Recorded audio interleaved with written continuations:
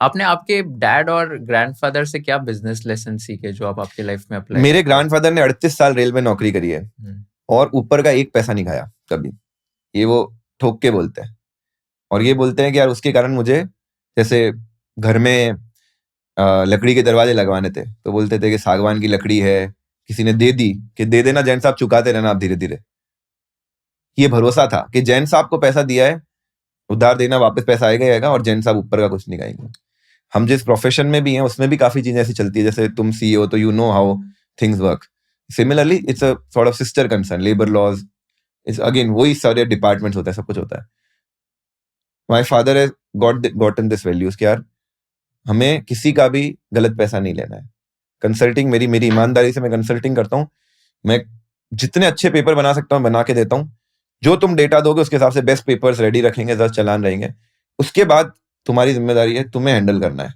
हम तुम्हारे साथ बैठेंगे, पेपर प्रेजेंट करेंगे, लेकिन मेरी ये जिम्मेदारी नहीं है कि तुम्हारे ऑफिस, तुम्हारे यहाँ पे कभी कोई इंस्पेक्टर आएगा ही नहीं। वो नहीं, हम नहीं कर पाएंगे। कोई और कंसल्टेंट बोल रहा है तुम उससे काम करो, अच्छा काम कराना है हमारे पास आओ। तुम्हें फ्री रहना है, उसको दो पैसे, डबल ट्रिपल जो भी देना है दो। हम अपना काम करते हैं, ईमानदारी से करते हैं, ज्यादा भी पैसा लेते हैं रिलेटिवली सिर्फ ये काम करने के लिए, बट हम क्वालिटी काम करके देते हैं। और हमारे यहाँ तुम्हें वो को भी नहीं मिलेगा मिक्स। तो यही चीज मेरे फादर ने हमें सिखाई है कि यार किसी का भी एक पैसा भी गलत नहीं लेना है, किसी का भी। एंड आपके ऐसे कोई मतलब ऐसे in your upbringing in your childhood ऐसे कुछ पेरेंटिंग लेसन्स थे कि आपको एकदम ऐसे कुछ स्ट्रिक्ट थे या तो एकदम फ्रीडम दे दिया? मेरी खुद की बच्ची ना यार, मुझे लगता है I am a terrible father, because बिल्कुल ही मतलब मैं तो चिल रहता हूँ, मतलब ऐसा मैंने कहा यार मैंने इतनी पढ़ाई करी, आईआईटी करी, और मैं उसका 100% क्रेडिट मैं बताऊँ मेरी मदर। सो माय मदर, जब मैं 8th में था, मेरा भाई 4th में था, हमारे रूम में एक बाथरूम है, हमारे घर में एक बाथरूम है जिसको हमने कन्वर्ट कर दिया स्टडी रूम में। मतलब उसमें टेबल लगा दी चारों तरफ, अंदर एक पंखा लगा दिया, और छोटा सा रूम है, it's like very small, this much.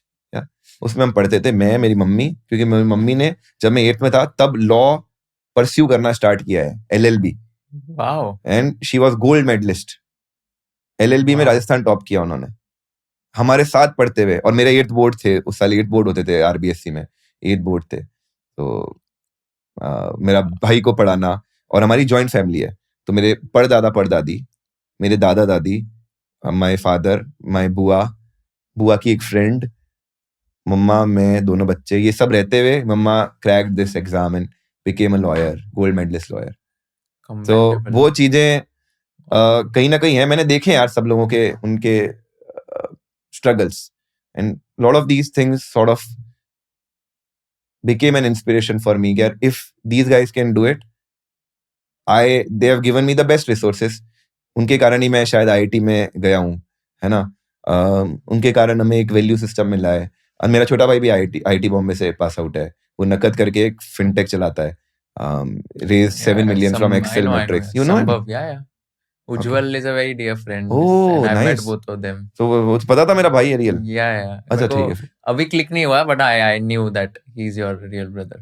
So yeah, तो वो सारी चीजें, अब given that my father would have gotten some engineering वाली things, उस समय उनके पास इतनी फ्रीडम रहती, YouTube रहता ना, he would have become something exceptional.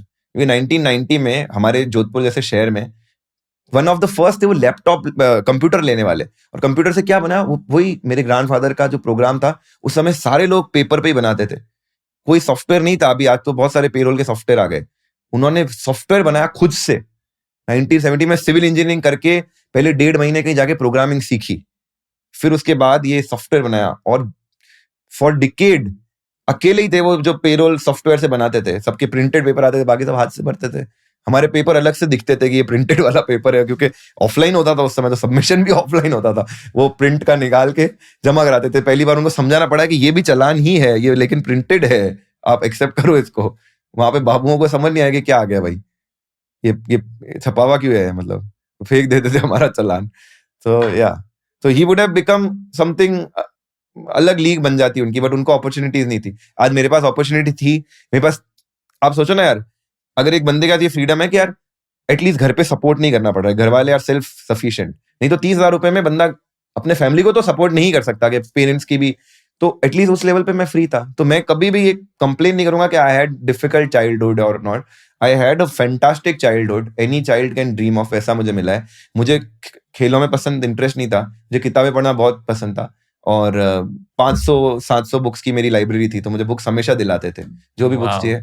मैं बहुत दिन भर बस किताबें पढ़ते रहता था। If you learned something new from this video, do share it with your friends and subscribe to this channel so that we can bring you the best content possible.